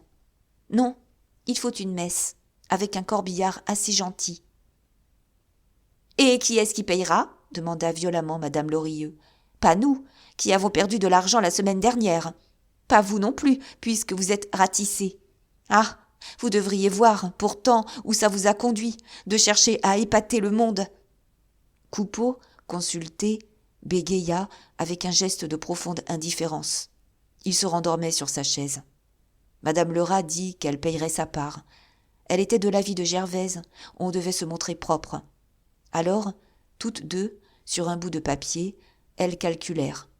En tout, ça monterait à 90 francs environ, parce qu'elles se décidèrent, après une longue explication, pour un corbillard orné d'un étroit lambrequin. « Nous sommes 3, conclut la blanchisseuse. Nous donnerons chacun 30 francs. Ce n'est pas la ruine. » Mais madame Lorilleux éclata, furieuse. « Eh bien, moi, je refuse. Oui, je refuse. Ce n'est pas pour les 30 francs. J'en donnerais 100 000 si je les avais, et s'ils devaient ressusciter maman. Seulement, je n'aime pas les orgueilleux. Vous avez une boutique, vous rêvez de crâner devant le quartier. Mais nous n'entrons pas là-dedans, nous autres. Nous ne posons pas. Oh, vous vous arrangerez. Mettez des plumes sur le corbillard, si ça vous amuse. » « On ne vous demande rien, » finit par répondre Gervaise. « Lorsque je devrais me vendre moi-même, je ne veux avoir aucun reproche à me faire. J'ai nourri madame Coupeau sans vous. Je l'enterrerai bien sans vous. Déjà, une fois, je ne voulais pas mâcher. Je ramasse les chats perdus. Ce n'est pas pour laisser votre mère dans la crotte. » Alors, madame Lorilleux pleura, et Lantier dut l'empêcher de partir. La querelle devenait si bruyante que madame Lerat, poussant des chut énergiques, crut devoir aller doucement dans le cabinet et jeta sur la morte un regard fâché et inquiet, comme si elle craignait de la trouver éveillée, écoutant ce qu'on discutait à côté d'elle. À ce moment, la ronde des petites filles reprenait dans la cour. Le filet de voix perçant de Nana dominait les autres. « Notre Anne, il a bien mal au ventre. Madame lui a fait faire un joli ventrouilloir. Et des souliers lilas, là, et des souliers lilas. » « Mon Dieu, que ces enfants sont énervants avec leurs chansons !» dit à Lantier Gervaise, toute secouée et près de sangloter, d'impatience et de tristesse. « Faites-les donc taire et reconduisez Nana chez la concierge à coups de pied quelque part. » Madame Lerat et madame Lorilleux s'en allèrent déjeuner en promettant de revenir. Les Coupeau se mirent à table, mangèrent de la charcuterie, mais sans faim, en n'osant seulement pas taper leurs fourchettes. Ils étaient très ennuyés, hébétés, avec cette pauvre madame Coupeau qui leur pesait sur les épaules et leur paraissait emplir toutes les pièces. Leur vie se trouvait dérangée. Dans le premier moment, ils piétinaient sans trouver les objets. Ils avaient une courbature, comme au lendemain d'une noce. Lantier reprit tout de suite la porte pour retourner aux pompes funèbres, emportant les 30 francs de madame Lerat et 60 francs que Gervaise était allée emprunter à Goujet, en cheveux, pareille à une folle. L'après-midi, quelques visites arrivèrent, des voisines mordues de curiosité qui se présentaient, soupirant, roulant des yeux éplorés. Elles entraient dans le cabinet, dévisageaient la morte, en faisant un signe de croix et en secouant le brin de buis trempé d'eau bénite. Puis elles s'asseyaient dans la boutique, où elles parlaient de la chère femme, interminablement, sans se lasser de répéter la même phrase pendant des heures. Mademoiselle Remanjou avait remarqué que son œil droit était resté ouvert. Madame Gaudron s'entêtait à lui trouver une belle carnation pour son âge, et Madame Fauconnier restait stupéfaite de lui avoir vu manger son café 3 jours auparavant. Vrai, on claquait vite, chacun pouvait graisser ses bottes. Vers le soir, les Coupeau commençaient à en avoir assez. C'était une trop grande affliction pour une famille de garder un corps si longtemps. Le gouvernement aurait bien dû faire une autre loi là-dessus. Encore toute une soirée, toute une nuit et toute une matinée. Non, ça ne finirait jamais. Quand on ne pleure plus, n'est-ce pas, le chagrin tourne à l'agacement, on finirait par mal se conduire. Madame Coupeau, muette et roide au fond de l'étroit cabinet, se répandait de plus en plus dans le logement, devenait d'un poids qui crevait le monde. Et la famille, malgré elle, reprenait son train-train, perdait de son respect. « Vous mangerez un morceau avec nous ?» dit Gervaise à Madame Lerat et à Madame Lorilleux lorsqu'elles reparurent. « Nous sommes trop tristes, nous ne nous quitterons pas. » On mit le couvert sur l'établi. Chacun, en voyant les assiettes, songeait au gueuleton qu'on avait fait là. Lantier était de retour. Lorilleux descendit. Un pâtissier venait d'apporter une tourte, car la blanchisseuse n'avait pas la tête à s'occuper de cuisine. Comme on s'asseyait, Boche entra dire que M. Marescot demandait à se présenter, et le propriétaire se présenta, très grave, avec sa large décoration sur sa redingote.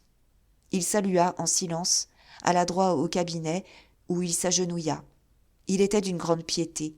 Il pria d'un air recueilli de curé, puis traça une croix en l'air, en aspergeant le corps avec la branche de buis. Toute la famille, qui avait quitté la table, se tenait debout, fortement impressionnée.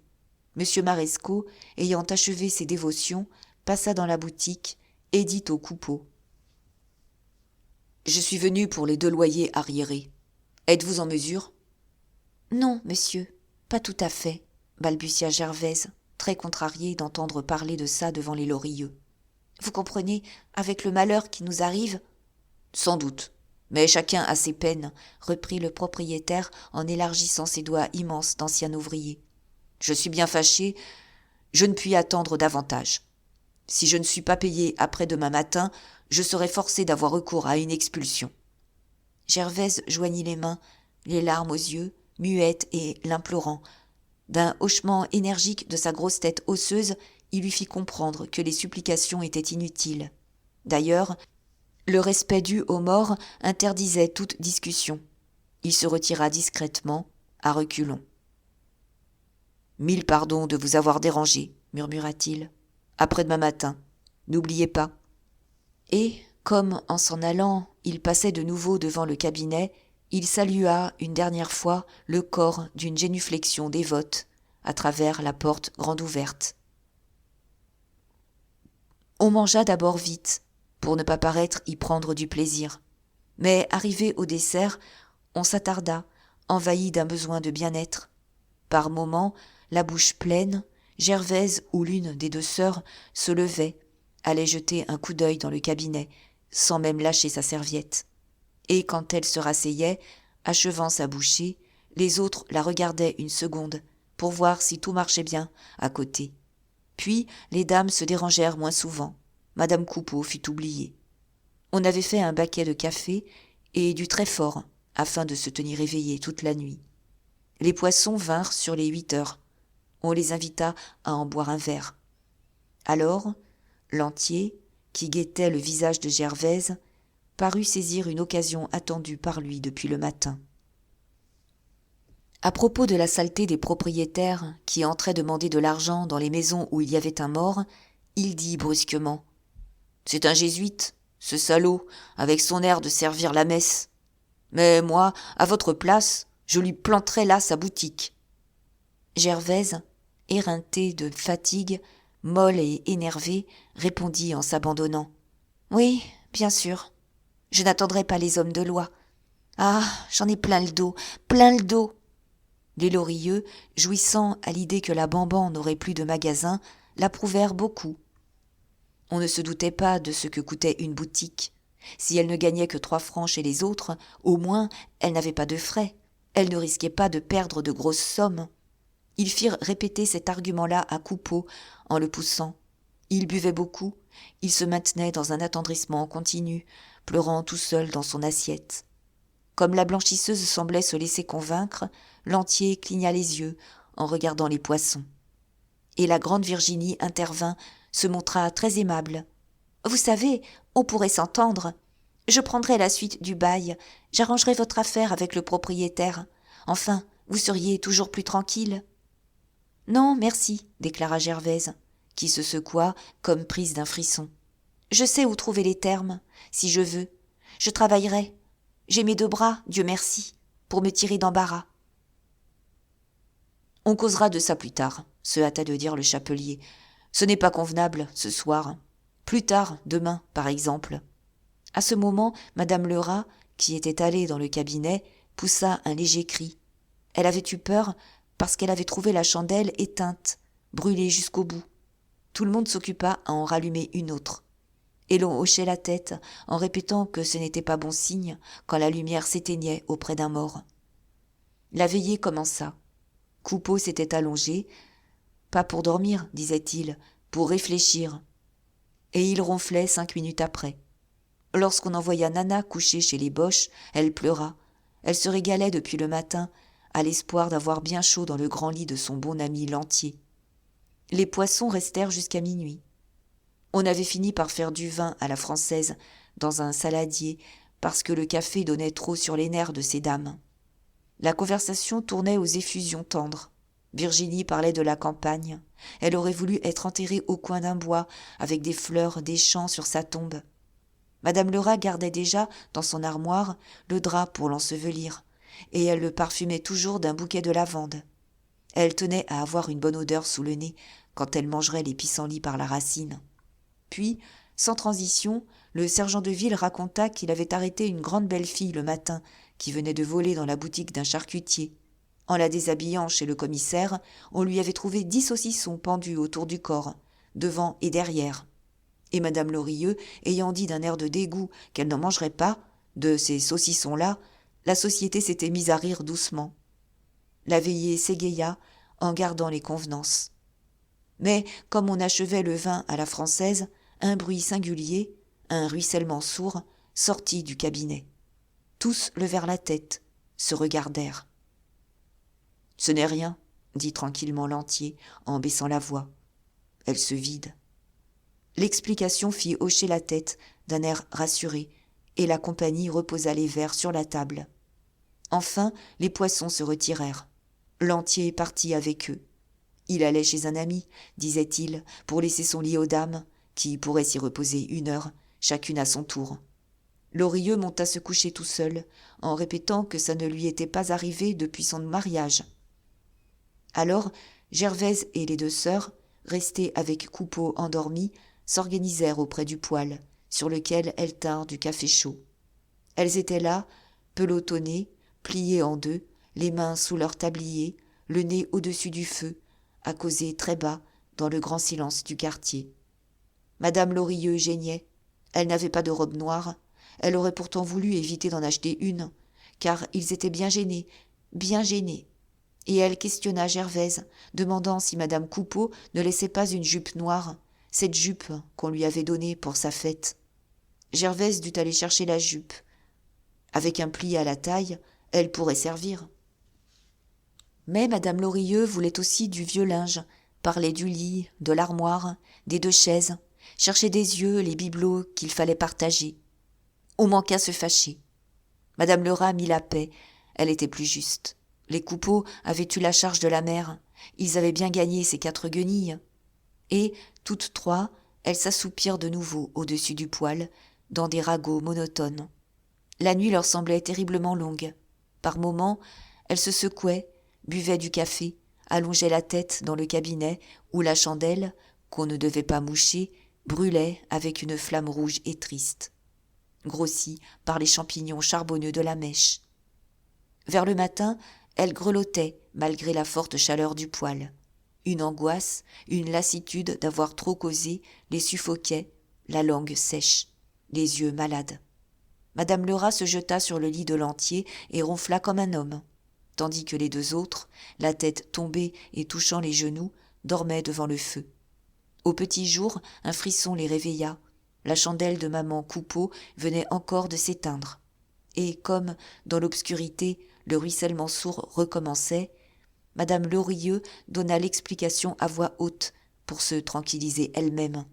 « Elle se vide, » répéta-t-elle, en allumant une autre chandelle. L'enterrement était pour 10h30, une jolie matinée à mettre avec la nuit et avec la journée de la veille.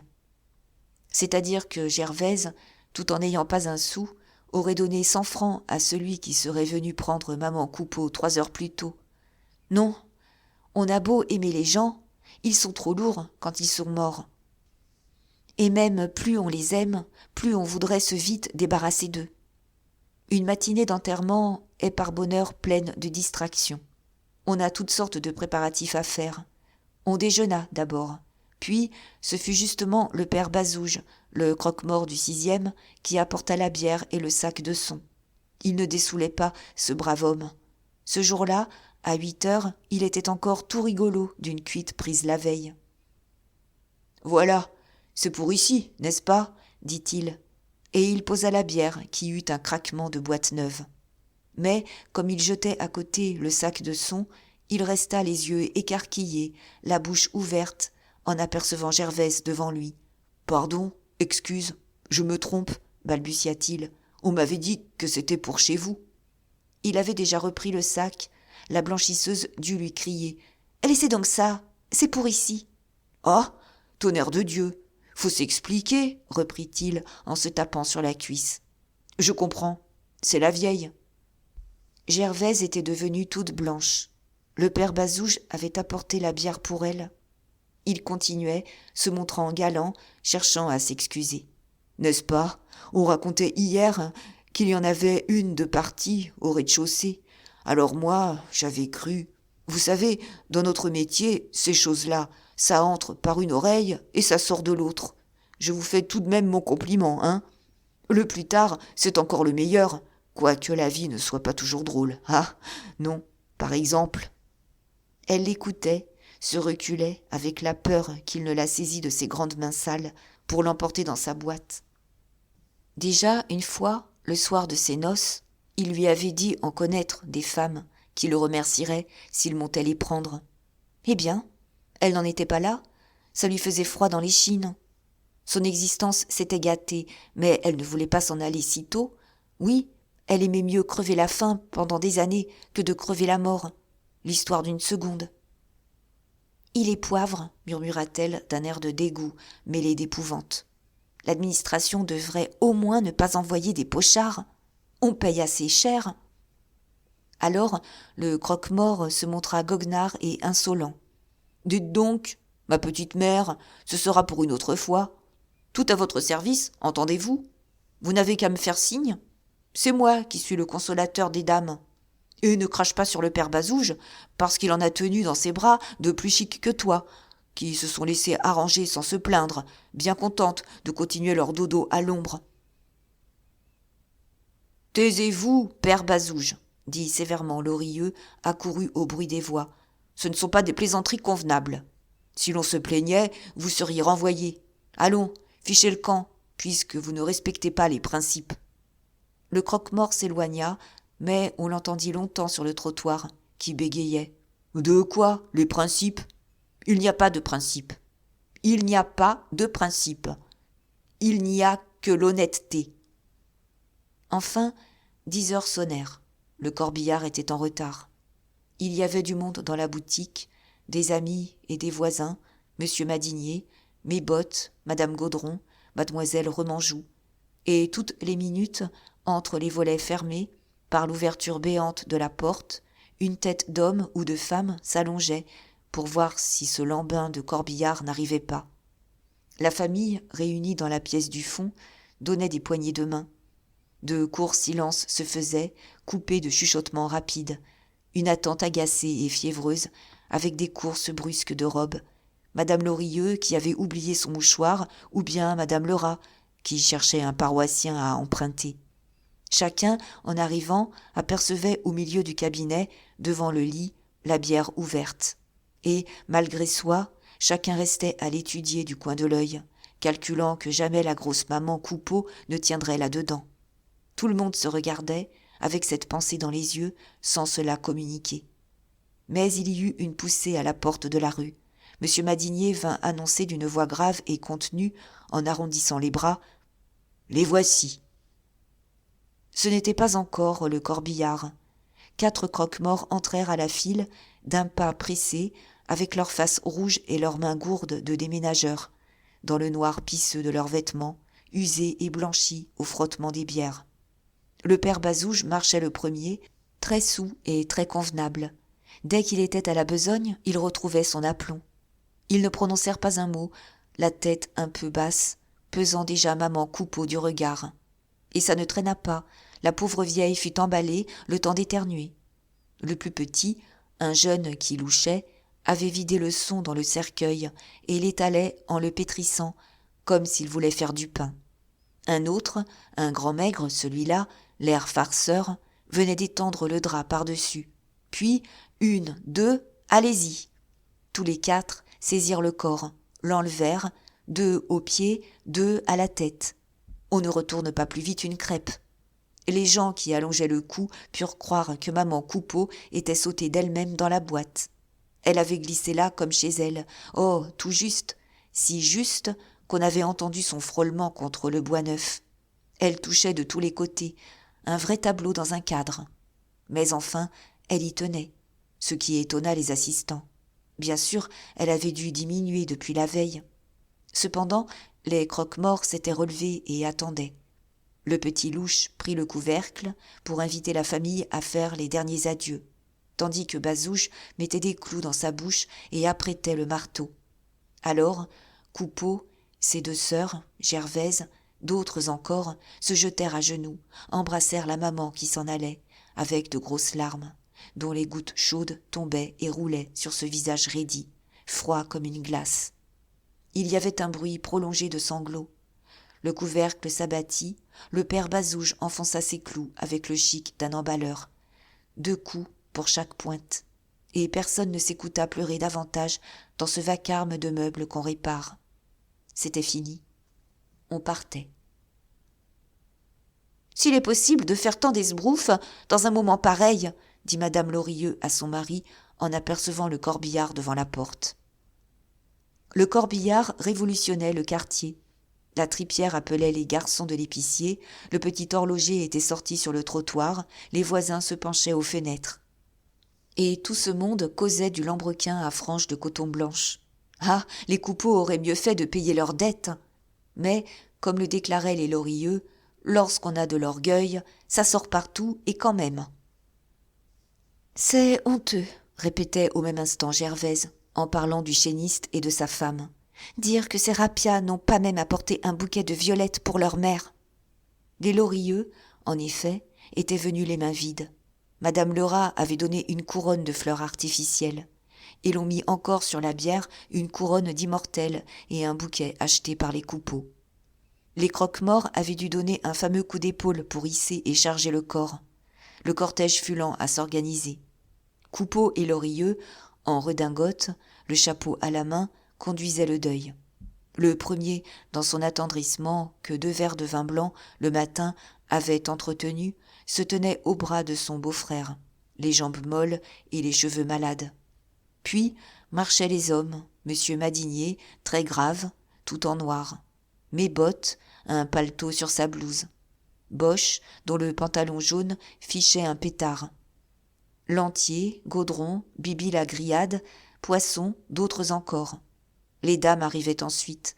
Au premier rang, madame Lorilleux, qui traînait la jupe retapée de la morte.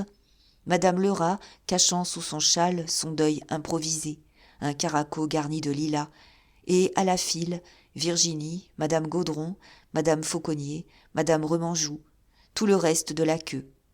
Quand le corbillard s'ébranla et descendit lentement la rue de la Goutte d'Or, au milieu des signes de croix et des coups de chapeau, les 4 croque-morts prirent la tête, 2 en avant, les 2 autres à droite et à gauche. Gervaise était restée pour fermer la boutique.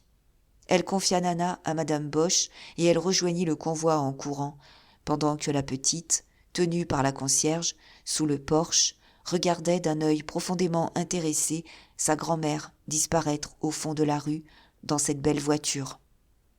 Juste au moment où la blanchisseuse essoufflée rattrapait la queue, Goujet arrivait de son côté. Il se mit avec les hommes, mais il se retourna et la salua d'un signe de tête, si doucement qu'elle se sentit tout d'un coup très malheureuse et qu'elle fut reprise par les larmes. Elle ne pleurait plus seulement maman Coupeau, elle pleurait quelque chose d'abominable qu'elle n'aurait pas pu dire et qui l'étouffait.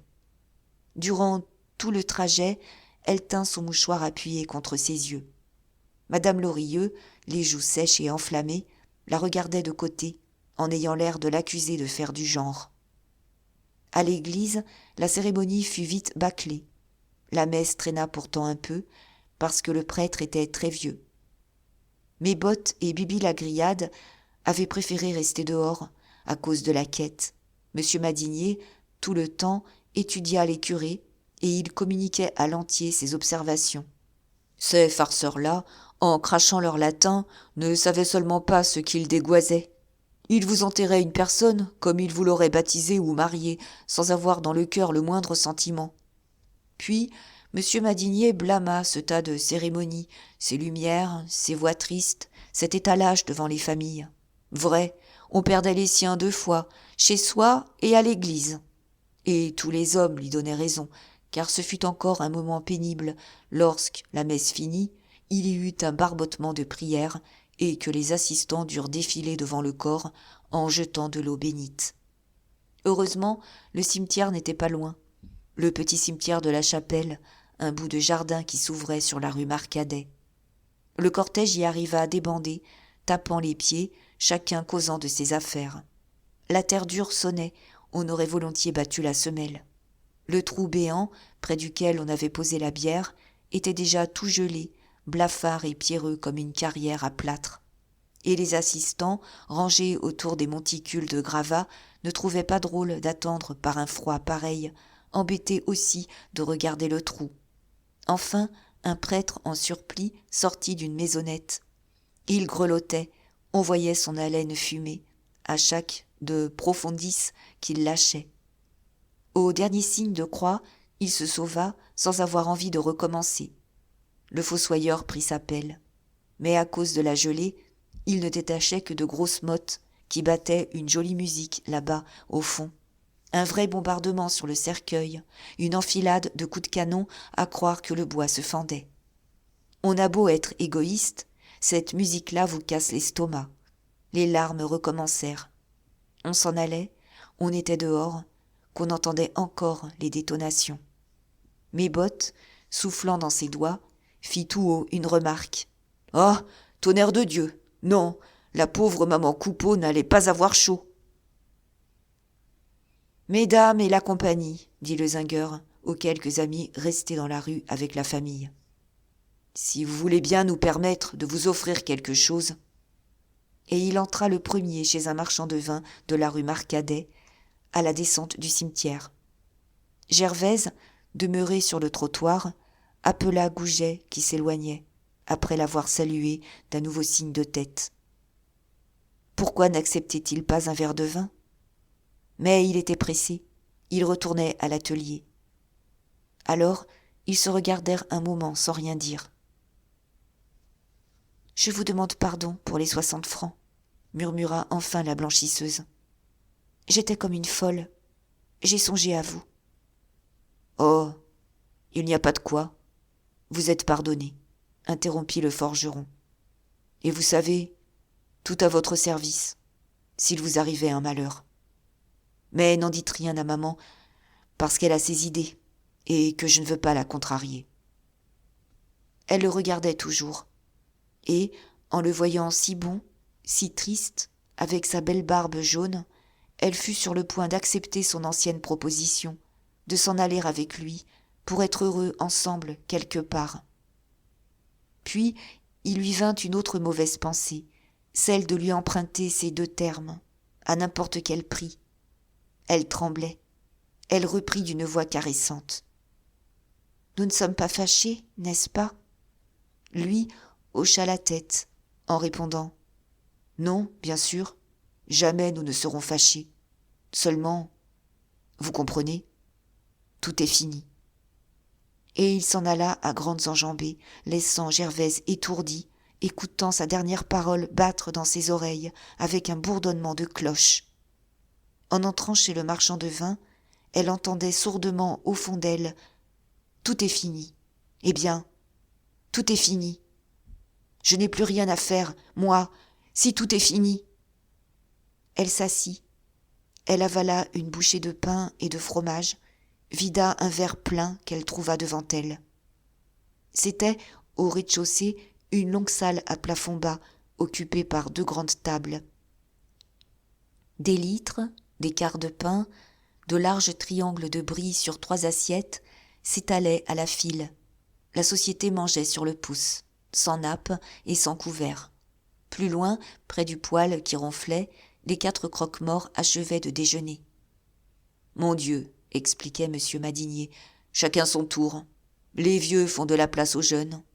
Ça va vous sembler bien vide, votre logement, quand vous rentrerez. »« Oh, mon frère donne congé, » dit vivement Madame Lorilleux. « C'est une ruine, cette boutique. » On avait travaillé Coupeau. Tout le monde le poussait à céder le bail. Madame Lerat elle-même, très bien avec Lantier et Virginie depuis quelque temps, chatouillée par l'idée qu'ils devaient avoir un béguin l'un pour l'autre, parlait de faillite et de prison en prenant des airs effrayés. Et, brusquement, le zingueur se fâcha, son attendrissement tournait à la fureur, déjà trop arrosé de liquide. « Écoute !» cria-t-il dans le nez de sa femme. « Je veux que tu m'écoutes. Ta sacrée tête fait toujours des siennes. Mais, cette fois, je suivrai ma volonté, je t'avertis. » « Ah, bien, dit Lantier. Si jamais on la réduit par de bonnes paroles, il faudrait un maillet pour lui entrer ça dans le crâne. » Et tous 2 tapèrent un instant sur elle. Ça n'empêchait pas les mâchoires de fonctionner. Le brie disparaissait, les litres coulaient comme des fontaines. Cependant, Gervaise mollissait sous les coups. Elle ne répondait rien, la bouche toujours pleine, se dépêchant, comme si elle avait eu très faim. Quand ils se lassèrent, elle leva doucement la tête. Elle dit « En voilà assez, hein ? Je m'en fiche pas mal de la boutique. Je n'en veux plus. Comprenez-vous ? Je m'en fiche. Tout est fini. » Alors, on redemanda du fromage et du pain. On causa sérieusement. Les poissons prenaient le bail et offraient de répondre des 2 termes arriérés. D'ailleurs, Boche acceptait l'arrangement, d'un air d'importance, au nom du propriétaire. Il loua même, séance tenante, un logement au Coupeau, le logement vacant du 6e, dans le corridor des Lorilleux. Quant à Lantier, mon Dieu, il voulait bien garder sa chambre, si cela ne gênait pas les poissons. Le sergent de ville s'inclina, ça ne le gênait pas du tout. On s'entend toujours entre amis, malgré les idées politiques. Et Lantier, sans se mêler davantage de la session, en homme qui a conclu enfin sa petite affaire, se confectionna une énorme tartine de fromage de brie. Il se renversait, il la mangeait dévotement, le sang sous la peau, brûlant d'une joie sournoise, clignant les yeux pour guigner tour à tour Gervaise et Virginie. « Hé, père Bazouge !» appela Coupeau. « Venez donc boire un coup. Nous ne sommes pas fiers, nous sommes tous des travailleurs. » Les 4 croque-morts qui s'en allaient rentrèrent pour trinquer avec la société. Ce n'était pas un reproche, mais la dame de tout à l'heure pesait son poids et valait bien un verre de vin. Le père Bazouge regardait fixement la blanchisseuse, sans lâcher un mot déplacé. Elle se leva, mal à l'aise, elle quitta les hommes qui achevaient de se cocarder. Coupeau, saoul comme une grive, recommençait à vioper et disait que c'était le chagrin. Le soir, quand Gervaise se retrouva chez elle, Elle resta hébétie sur une chaise. Il lui semblait que les pièces étaient désertes et immenses. Vrai, ça faisait un fameux débarras. Mais elle n'avait bien sûr pas laissé que maman Coupeau au fond du trou, dans le petit jardin de la rue Marcadet. Il lui manquait trop de choses. Ça devait être un morceau de sa vie à elle, et sa boutique, et son orgueil de patronne, et d'autres sentiments encore, qu'elle avait enterrés ce jour-là. Oui, les murs étaient nus, son cœur aussi. C'était un déménagement complet, une dégringolade dans le fossé. Et elle se sentait trop lasse, elle se ramasserait plus tard, si elle pouvait. À 10 heures, en se déshabillant, Nana pleura, trépigna. Elle voulait coucher dans le lit de maman Coupeau. Sa mère essaya de lui faire peur, mais la petite était trop précoce, les morts lui causaient seulement une grosse curiosité. Si bien que, pour avoir la paix, on finit par lui permettre de s'allonger à la place de madame Coupeau. Elle aimait les grands lits, cette gamine. Elle s'étalait, elle se roulait. Cette nuit-là, elle dormit joliment bien, dans la bonne chaleur et les chatouilles du matelas de plumes.